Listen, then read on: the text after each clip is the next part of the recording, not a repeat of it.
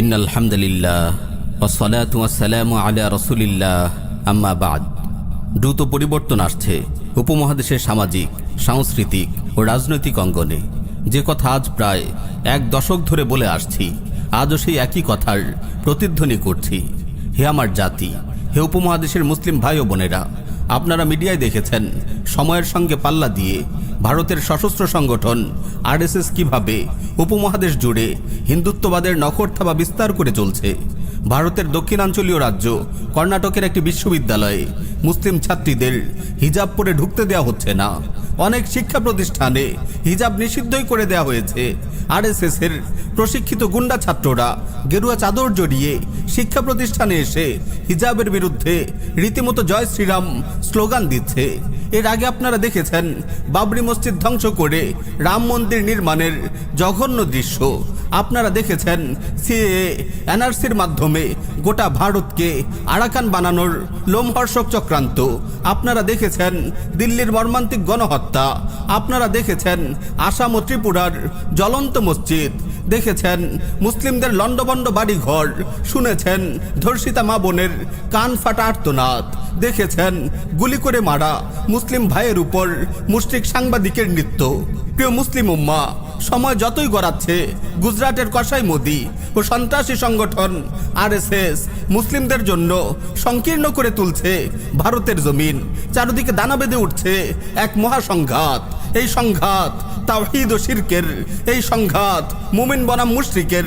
আল্লাহ রাব্বুল আলামিন ইরশাদ করেন, লাতাজিদান্না আশাদ্দান নাসি আদাওয়াতাল লিল্লাযিনা আমানু আল ইয়াহুদা ওয়াল্লাযিনা আশরাকু। আপনি ইহুদি ও মুশরিকদের মুমিনদের কঠোর শত্রু হিসেবে পাবেন। চলমান ঘটনা প্রবাহের মাঝে কান পাতলেই আপনি শুনতে পাবেন এক রক্তলাল ভবিষ্যতের হিংস্র পদধ্বনি।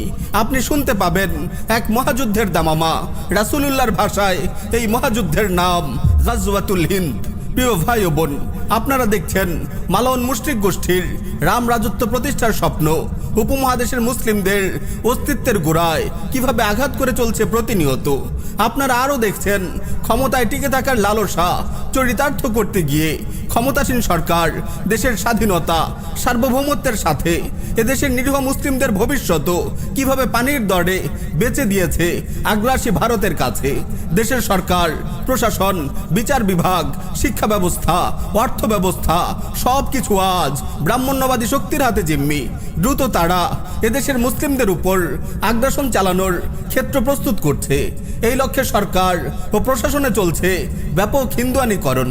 পিলখানা হত্যাকাণ্ডের মাধ্যমে তারা সেনাবাহিনীর নিয়ন্ত্রণ হাতে নিয়েছিল। এবার শক্তির কেন্দ্রগুলোতে ভারতের বেতনভুক্ত মির্জাফর দালালদের বসিয়ে নিষ্কণ্টক করা হচ্ছে হিন্দুত্ববাদী আগ্রাসনের পথ।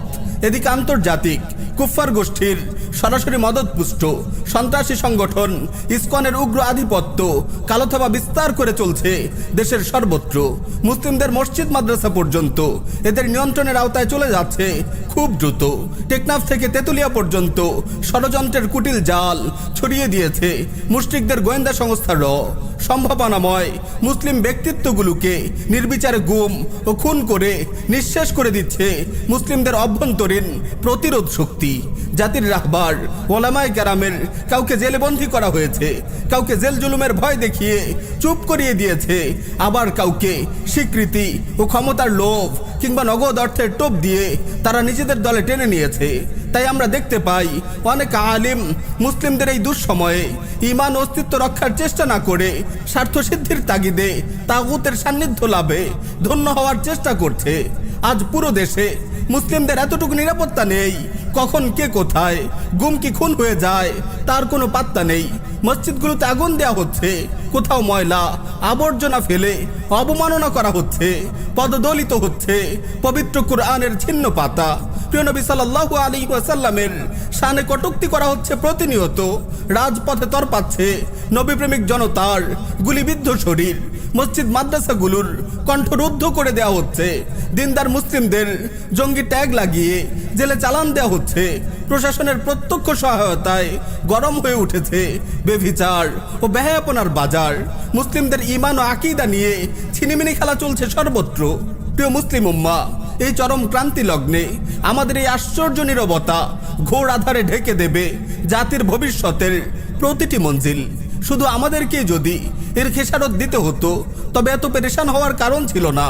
কিন্তু এই অপরাধ কেবল আমাদের নয়, আমাদের ভবিষ্যৎ প্রজন্মেরও সব শান্তি সুখের প্রদীপ নিভিয়ে দেবে।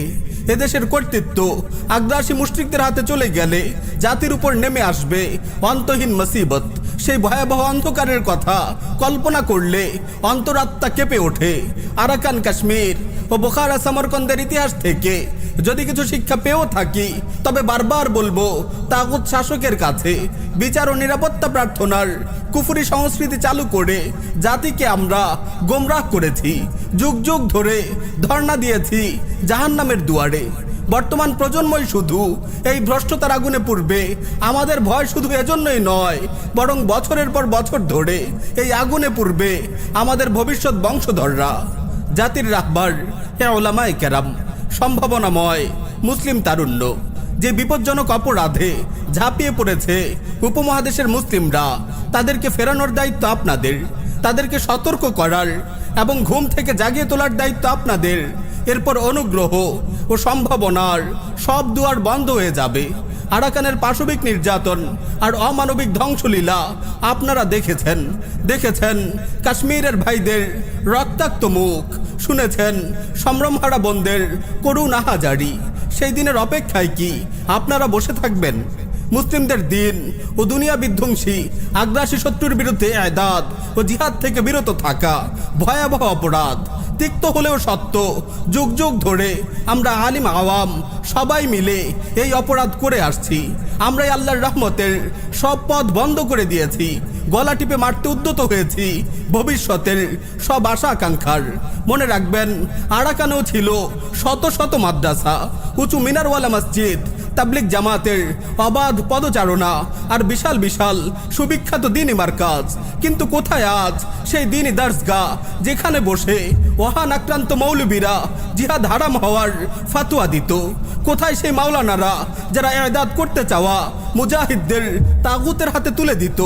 হিন্দুত্ববাদী আগ্রাসনের প্রথম শিকার হবে এই দ্বীনি মার্কাজগুলোই। গুড়িয়ে দেওয়ার আগে মুশরিকরা জানতে চাইবে না এরা জিহাদ বিরোধী ফাতোয়া দিয়েছিল কিনা। প্রিয় ভাই ও বোন, সচেতন হতে হবে আমাদের। নিজেদের প্রস্তুত করতে হবে বিভীষিকাময় দিনগুলোর জন্য।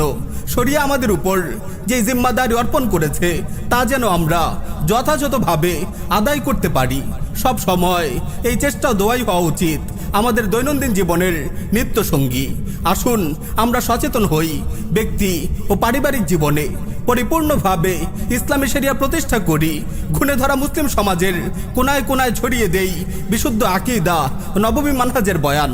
আসুন আমরা তরুণরা সংঘবদ্ধ হই, এলাকার আলিম দিনদার মুরব্বীদের নিয়ে ছোট ছোট দ্বীনি সংগঠন ও দাওয়াতি কাফেলা গড়ে তুলি। আসুন উপমহাদেশে মুশরিকদের উত্থান ঠেকাতে আমরা জিহাদ ফি সাবিলিল্লাহর বদরি চেতনা উম্মার হৃদয়ে চাড়িয়ে দেওয়ার চেষ্টা করি। সম্ভব হলে আল্লাহর জমিনে আল্লাহর দিন কায়েমের সংগ্রামে নিয়োজিত এদাদের কাফেলায় সামিল হই। আমরা নিজেদের গড়ে তুলি, আগামী প্রজন্মকে হিন্দুত্ববাদী শিরকি তুফান মোকাবেলার জন্য প্রস্তুত করি। তাদের হৃদয়ের প্রশস্ত ভূমিতে নির্মাণ করি তাওহীদের শীষাঢালা প্রাচীর। ইনশাআল্লাহ গাজওয়াতুল হিন্দের উত্তাল রণাঙ্গনে আমাদের এই এদাদ, আমাদের এই তাওহীদি প্রজন্ম হিন্দুত্ববাদের উত্থানকে বীর বিক্রমে রুখে দেবে। শেষ হাসি মুসলিমরাই হাসবে, এটি প্রিয় নবী সাল্লাল্লাহু আলাইহি ওয়াসাল্লামের প্রতিশ্রুতি, এটি আমাদের ঈমান। শেষ হাসি মুসলিমরাই হাসবে, এটি প্রিয় নবী সাল্লাল্লাহু আলাইহি ওয়াসাল্লামের প্রতিশ্রুতি, এটি আমাদের ঈমান।